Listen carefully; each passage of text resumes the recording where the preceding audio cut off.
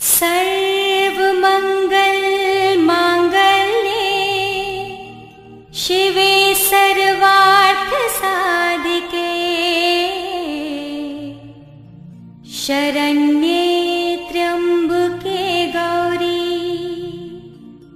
नारायणी नमोस्तुते।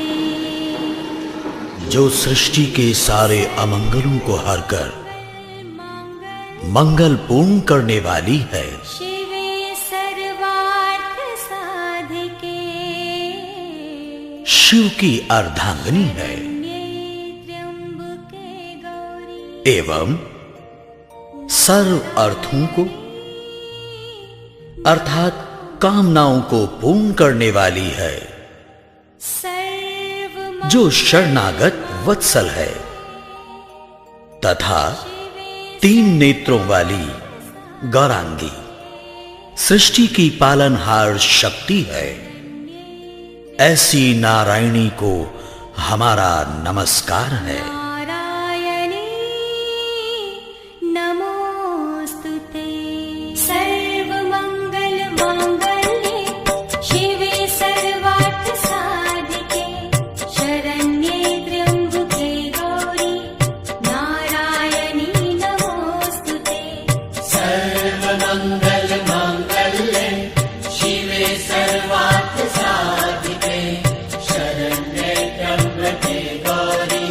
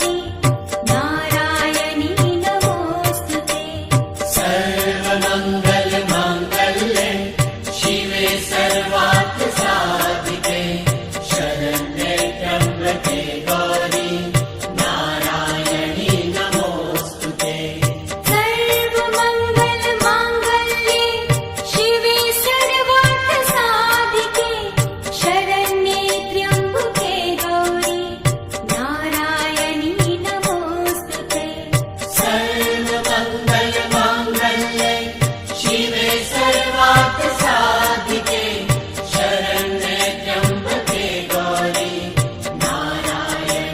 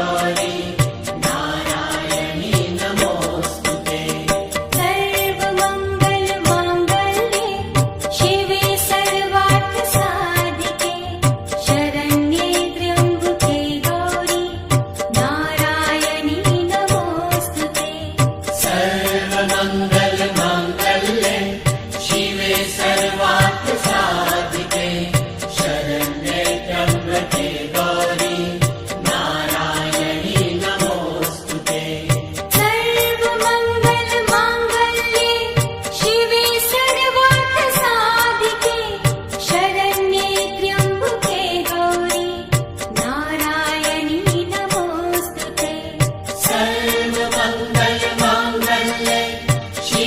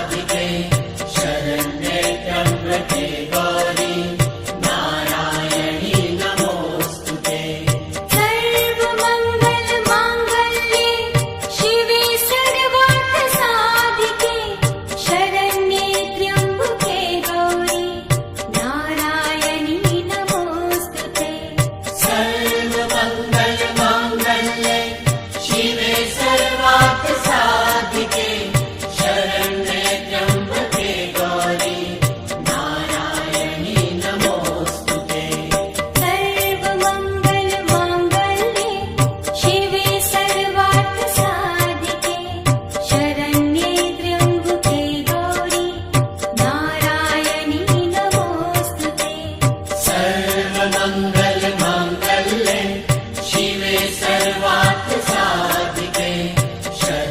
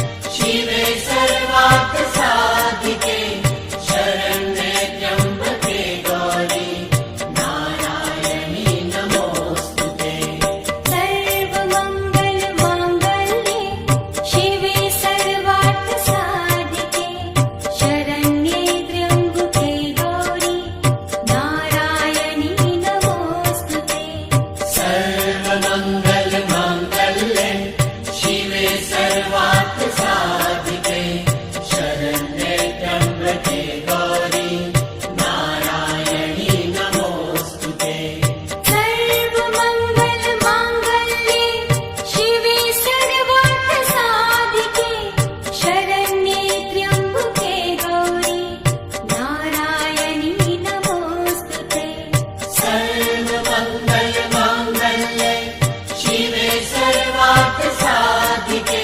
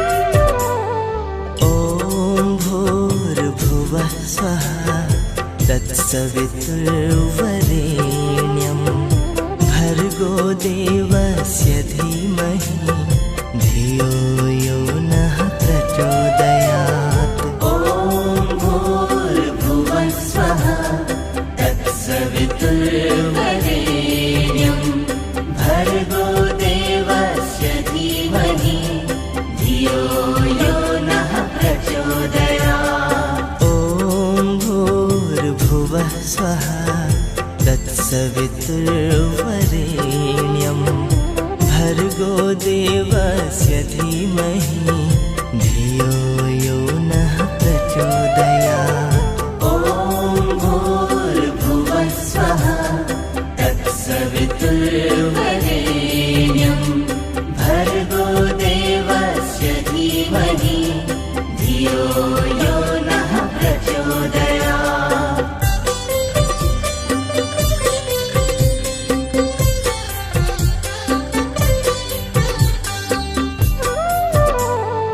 ॐ भूर्भुवः स्वः तत्सवितुर्वरेण्यं भर्गो देवस्य धीमहि धियो यो नः प्रचोदयात्। ॐ भूर्भुवः स्वः तत्सवितुर्वरेण्यं भर्गो देवस्य धीमहि धियो यो नः प्रचोदयात्। ॐ भूर्भुवः स्वः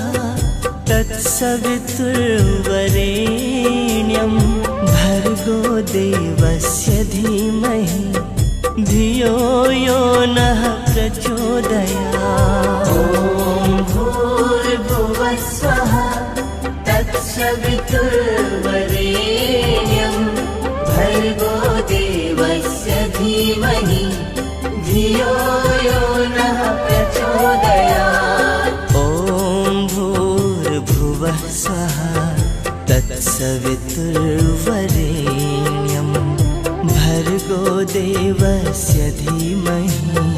धियो यो नः प्रचोदयात्। ॐ भूर्भुवः स्वः तत्सवितुर्वरेण्यं भर्गो देवस्य धीमहि धियो यो नः प्रचोदयात्।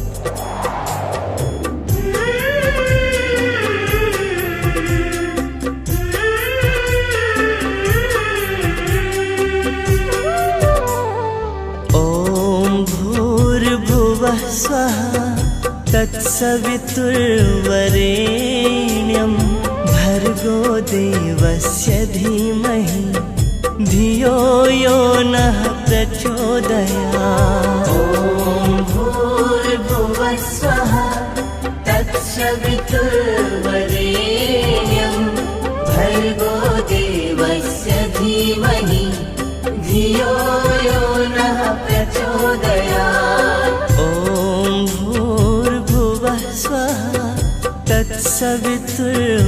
तत्सवितुर्वरेण्यं भर्गो देवस्य धीमहि धियो यो नः प्रचोदयात्। ॐ भूर्भुवः स्वः तत्सवितुर्वरेण्यं भर्गो देवस्य धीमहि धियो यो नः प्रचोदयात्। ॐ भूर्भुवः स्वः तत्सवितुर्वरेण्यं भर्गो देवस्य धीमहि धियो यो नः प्रचोदयात्। ॐ भूर्भुवः स्वः तत्सवितुर्वरेण्यं भर्गो देवस्य धीमहि धियो यो नः प्रचोदयात्।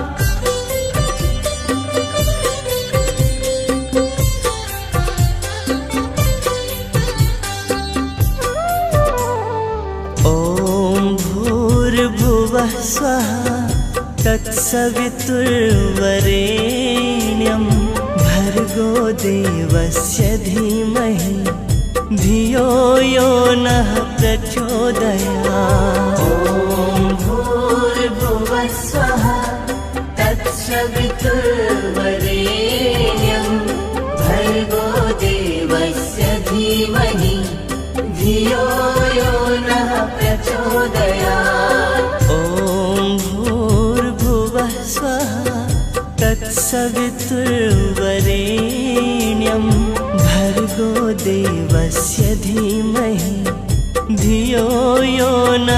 प्रचोदयात्। ॐ भूर्भुवः स्वः तत्सवितुर्वरेण्यं भर्गो देवस्य धीमहि धियो यो नः प्रचोदयात्। ॐ भूर्भुवः स्वः तत्सवितुर्वरेण्यं भर्गो देवस्य धीमहि धियो यो नः प्रचोदयात्। ॐ भूर्भुवः स्वः तत्सवितुर्वरेण्यं भर्गो देवस्य धीमहि धियो यो नः प्रचोदयात्।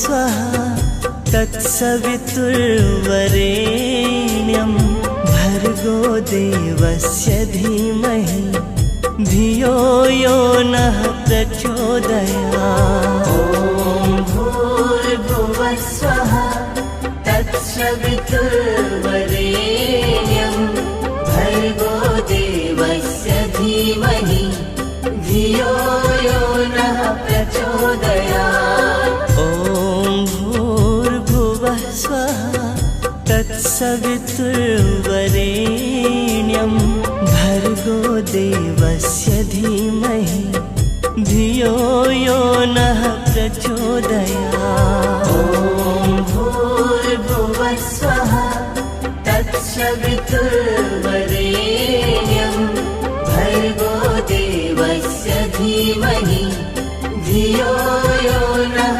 प्रचोदयात्। ॐ भूर्भुवः स्वः तत्सवितुर्वरेण्यं भर्गो देवस्य धीमहि धियो यो नः प्रचोदयात्। ॐ भूर्भुवः स्वः तत्सवितुर्वरेण्यं भर्गो देवस्य धीमहि धियो यो नः प्रचोदयात्। ॐ भूर्भुवः स्वः तत्सवितुर्वरेण्यं भर्गो देवस्य धीमहि धियो यो नः प्रचोदयात्। ॐ भूर्भुवः स्वः तत्सवितुर्वरेण्यं भर्गो देवस्य धीमहि धियो यो नः प्रचोदयात्। ॐ भूर्भुवः स्वः तत्सवितुर्वरेण्यं भर्गो देवस्य धीमहि धियो यो नः प्रचोदयात्। ॐ भूर्भुवः स्वः तत्सवितुर्वरेण्यं भर्गो देवस्य धीमहि धियो यो नः प्रचोदयात्। धियो यो नः प्रचोदयात्। धियो यो नः प्रचोदयात्।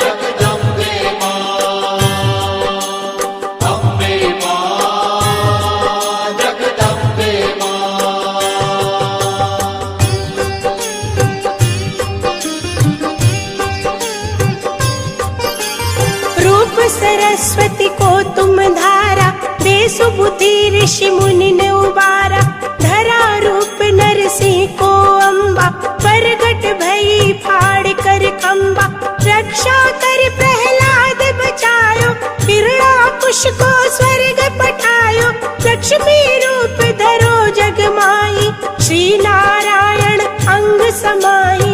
अम्बे मां जगदम्बे मां, अम्बे मां जगदम्बे मां।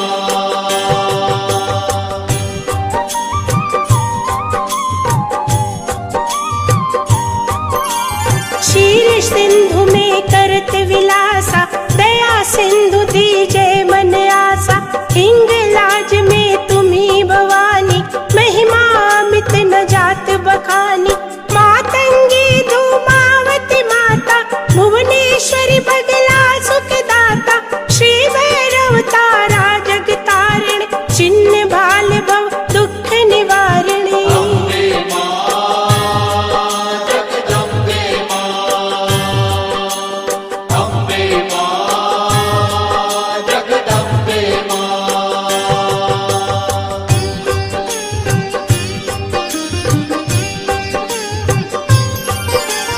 के हरि वाहन सोह भवानी, लांगुर वीर चलत अगवानी, कर में खप्पर खड़ग विराजे, जाको देख काल डर बाजे, सोहे अस्त्र और त्रिशूला, जाते उठत शत्रु ही शूला, नागकोट में तुम्ही विराजत, तीहु लोक में डंका बाजत। अम्बे मां जगदम्बे मां,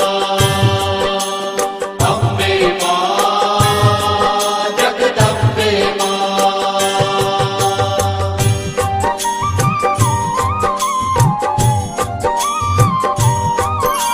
शुंभ निशुंभ दानव तुम मारे, रक्त बीज शंखन संगारे, महिषासुर नृप अति अभिमानी, जहि अग भार मही अकुलानी, रूप कराल काल को धारा, सेन सहित तुम तिहि संगारा, परी गाढ़ संतन पर जब जब, भई सहाय मातु तुम तब तब। अम्बे मां जगदम्बे मां,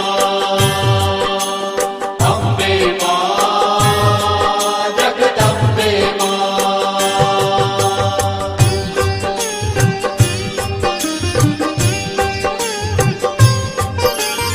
अमरपुरी औरों सब लोका, तब महिमा सब रहे अशोका, बाला में है ज्योति तुम्हारी, तुम्हें सदा पूजे नर नारी, प्रेम भक्ति से जो जस गावे, दुख दारिद्र निकट नहीं आवे, ध्यावे तुम्हें जो नर मन लाई, जन्म मरण ताको छुट जाई। अम्बे मां जगदम्बे मां, अम्बे मां जगदम्बे मां।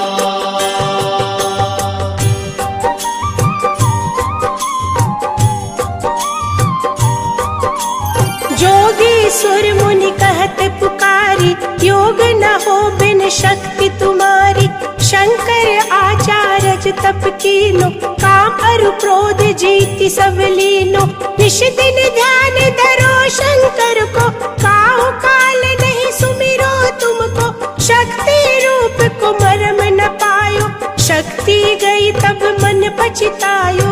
अम्बे मां जगदम्बे मां, अम्बे मां जगदम्बे मां।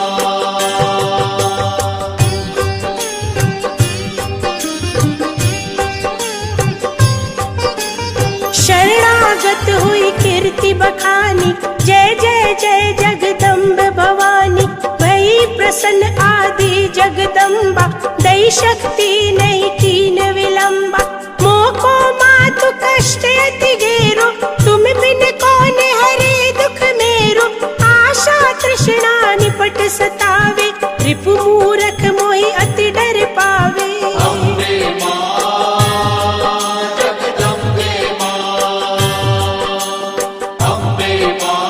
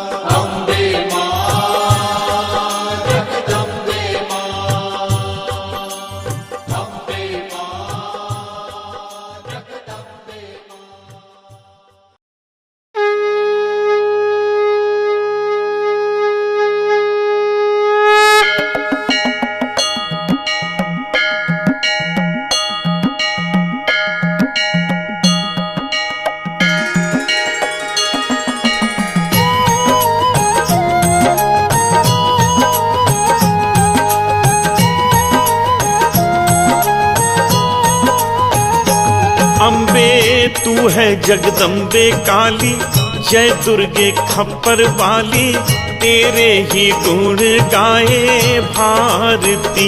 ओ मैया हम सब उतारे तेरी आरती।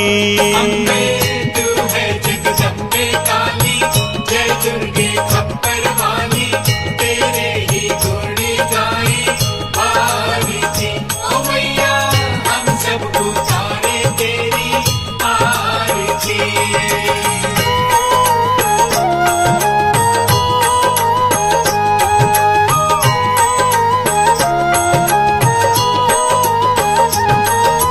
तेरे भक्त जनों पे माता भीड़ पड़ी है भारी, भीड़ पड़ी है भारी, दानव दल पर टूट पड़ो माँ करके सिंह सवारी। करके सिंह सवारी। तेरे भक्त जनों पे माता भीड़ पड़ी है भारी, भीड़ पड़ी है भारी, दानव दल पर टूट पड़ो माँ करके सिंह सवारी। करके सिंह सवारी। 100 सिंहों से भी बलशाली है 10 भुजाओं वाली, दुखियों के दुखड़े निवारती। ओ मैया हम सब उतारे तेरी आरती। अम्बे तू है जगदम्बे काली, जय दुर्गे खप्पर वाली, तेरे ही गुण गाए भारती। ओ मैया हम सब उतारे तेरी आरती।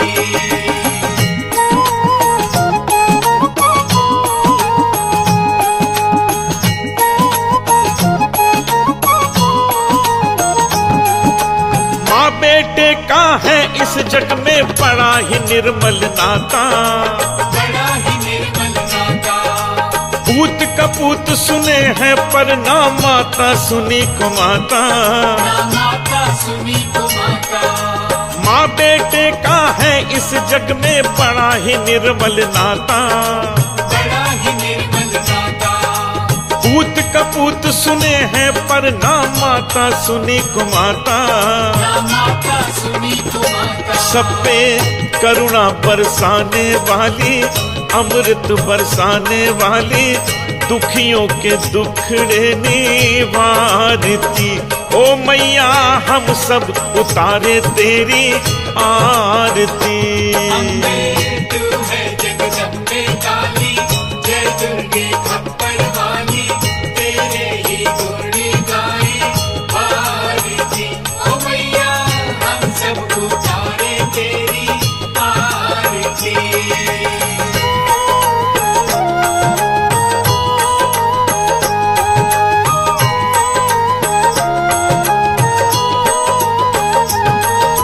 नहीं मांगते धन और दौलत, ना चांदी ना सोना, ना चांदी ना सोना, हम तो मांगे माँ तेरे मन में एक छोटा सा कोना।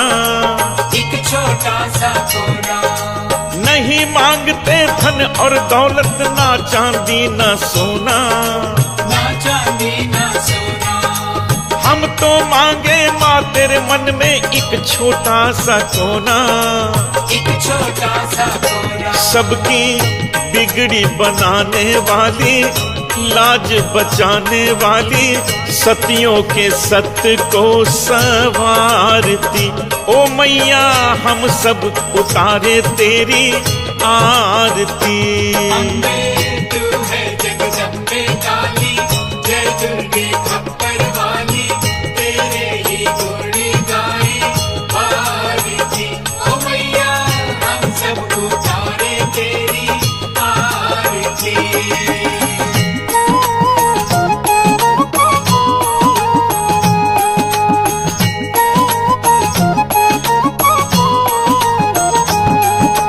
शरण शरण में खड़े तुम्हारी ले पूजा की थाली, ये पूजा की थाली, वरद हस्त सर पर रख दो माँ संकट हरने वाली।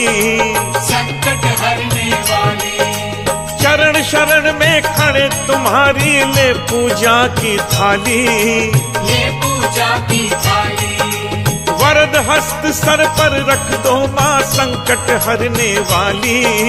संकट हरने वाली माँ भर दो भक्ति रस प्याली, अष्ट भुजाओं वाली, भक्तों के कारज तू सवारती। ओ मैया हम सब उतारे तेरी आरती। अम्बे तू है जगदम्बे काली, जय दुर्गे खप्पर वाली, तेरे ही गुण गाए आरती। ओ मैया हम सब उतारे तेरी आरती।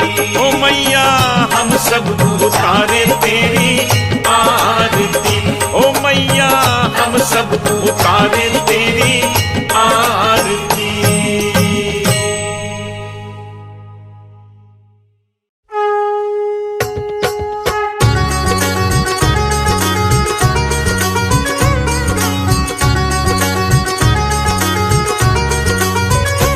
ॐ जय अम्बे गौरी मैया जय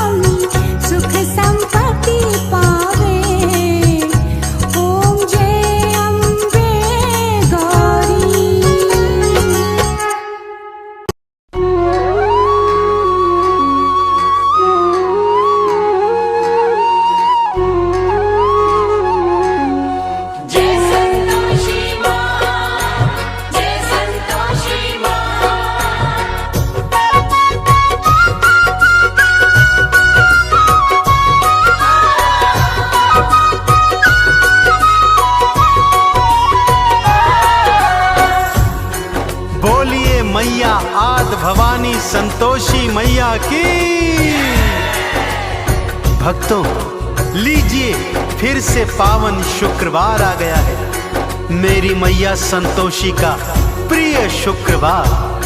भक्तों, पावन शुक्रवार के दिवस जो नारी माँ संतोषी का व्रत उपवास रखती है, सारा दिन माँ के नाम का ध्यान धरती है और सायंकाल संतोषी व्रत कथा श्रवण कर, आरती चालीसा का पठन कर माँ को गुड़ चने का भोग अर्पित करती है और स्वयं भी केवल एक समय भोजन ग्रहण करती है।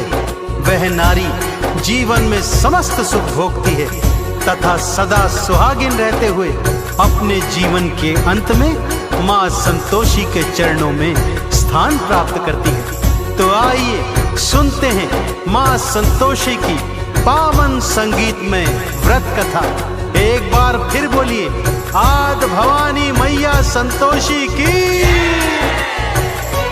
पावन संतोषी व्रत गाथा, श्रद्धा से जो सुनता सुनाता हो कल्याण जी।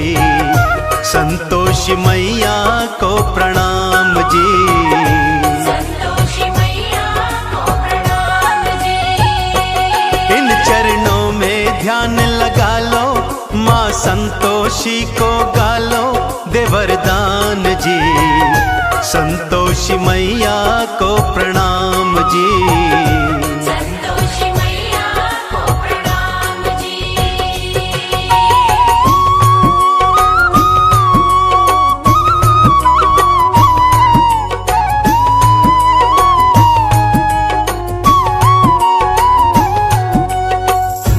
किसी गांव में एक बुढ़िया रहा करती थी भक्तों। उसके 7 पुत्र थे। 6 बड़े पुत्र तो कमाते धमाते थे, परंतु 7वां सबसे छोटा कुछ भी नहीं करता था। बुढ़िया को अपने 6 बड़े बेटों से बहुत प्यार था। उन्हें बड़े प्रेम से भोजन कराती और उनकी बची खुची जूठन से 7वें को भोजन कराया करती थी। 7वें पुत्र की पत्नी यह सब देखकर मन ही मन बहुत दुखी रहती थी, परंतु 7वां पुत्र था कि उसकी बातों पर विश्वास ही नहीं करता था। परंतु पत्नी के बहुत कहने पर एक दिन खाने के समय आंगन में चारपाई पर जाकर चादर ओढ़कर लेट गया और स्वास्थ्य खराब होने का बहाना करने लगा। उसने देखा कि माँ ने 6 भाइयों को प्रेम से भोजन करवाया और उन सब का बचा खुचा भोजन उसी को परोस दिया। यह देखकर उसका मन क्षुब्ध हो गया भक्तों। माँ से बोला, मैं परदेश जाता हूँ माँ। बुढ़िया ने भी कह दिया, कल का जाता है तो बेटे आज ही चला जा। जाते समय पत्नी से कुछ निशानी मांगता है। पत्नी गोबर पाथ रही थी, पीठ पे दोनों हाथ धरे थे। पति भी अंगूठी दे के निशानी, भगतों फिर पर देश चले थे। पत्नी बोली, जाओ स्वामी हम काटेंगे जिंदगानी, बिना आप जी ईश्वर करेंगे कल्याण जी।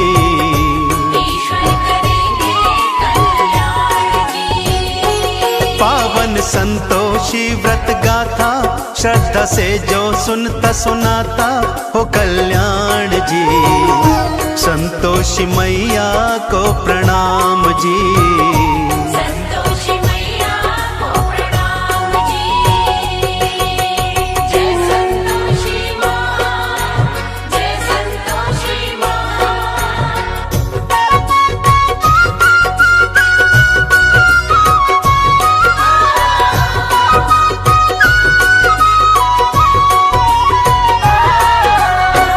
उधर पति परदेश पहुंचा और एक साहूकार के यहाँ नौकरी करने लगा।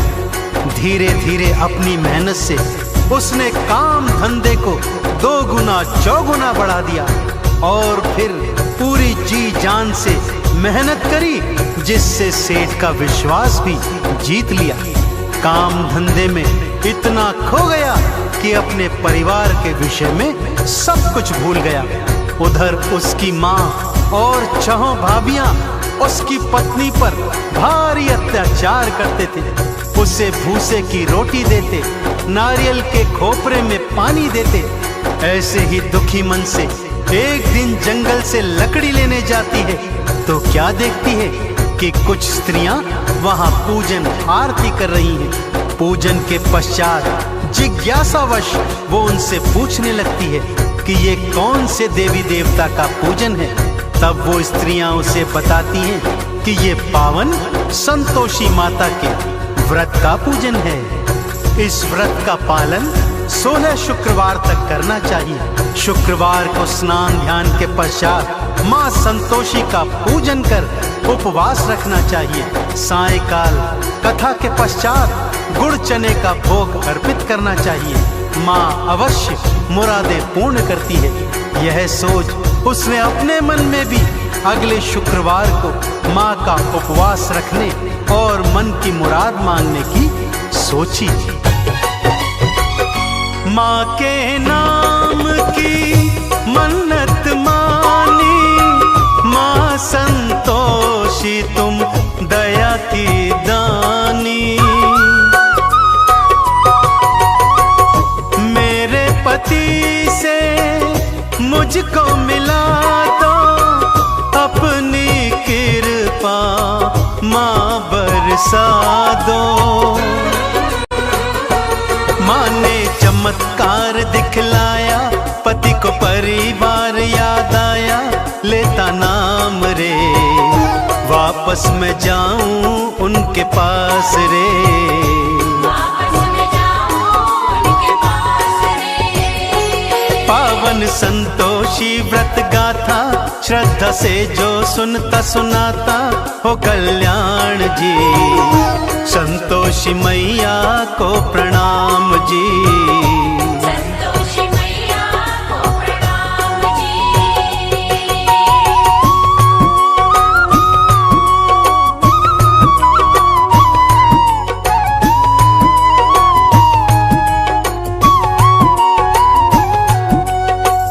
पति सोचने लगा वापस जाऊं तो जाऊं कैसे, सारा हिसाब किताब तो अभी बाकी पड़ा है। परंतु माँ संतोषी की कृपा से उसका सारा हिसाब किताब एक ही दिवस में पूर्ण हो गया। उसके पास बहुत सा धन भी आ गया, जिस धन को उसने स्वर्ण मुद्राओं में बदल लिया और थैली बनाकर अपने घर की ओर लौट चला।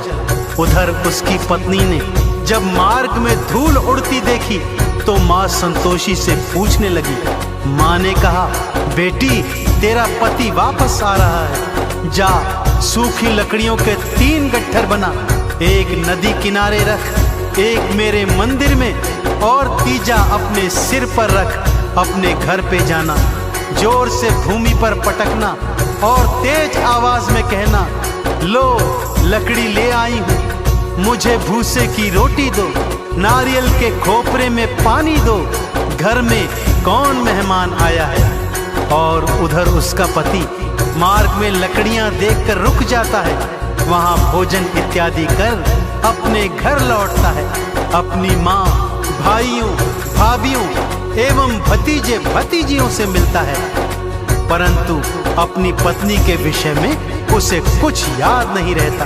तभी उसकी पत्नी घर के अंदर आती है, तेज आवाज में चिल्लाती है, भूसे की रोटी दो, नारियल के खोपरे में पानी दो, घर में कौन मेहमान आया है। उसकी आवाज सुनकर उसका पति बाहर आता है तो उसके हाथ में अंगूठी देखकर उसे पहचान जाता है।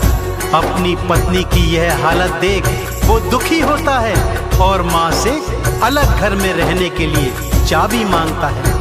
अलग घर में जा उसकी पत्नी माँ संतोषी का उद्यापन करवाती है, परंतु उसकी जेठानियां छल से बालकों को खट्टा खिलाकर उद्यापन भंग करवा देती हैं। खट्टा खा व्रत भंग कर डाला, माँ ने अपना क्रोध दिखाया।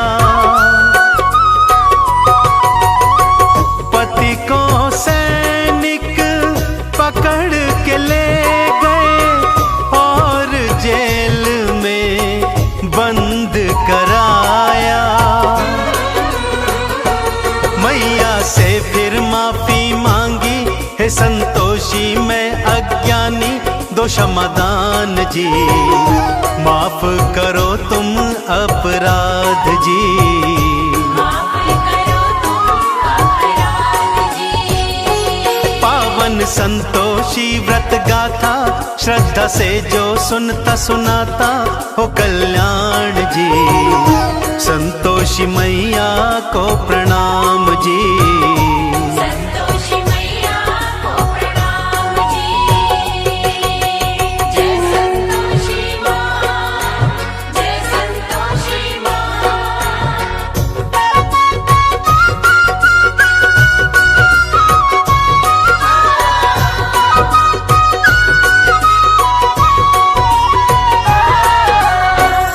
संतोषी माता से क्षमा मांगने के पश्चात माँ से प्रार्थना करती है कि हे माँ, मैं आपका उद्यापन फिर से करवाऊंगी। माँ संतोषी ने दर्शन दिए और कहा, हे पुत्री, अब कोई भूल न करना, ध्यान रहे मेरे उद्यापन के दिन कोई भी खट्टा पदार्थ ना खाने पाए।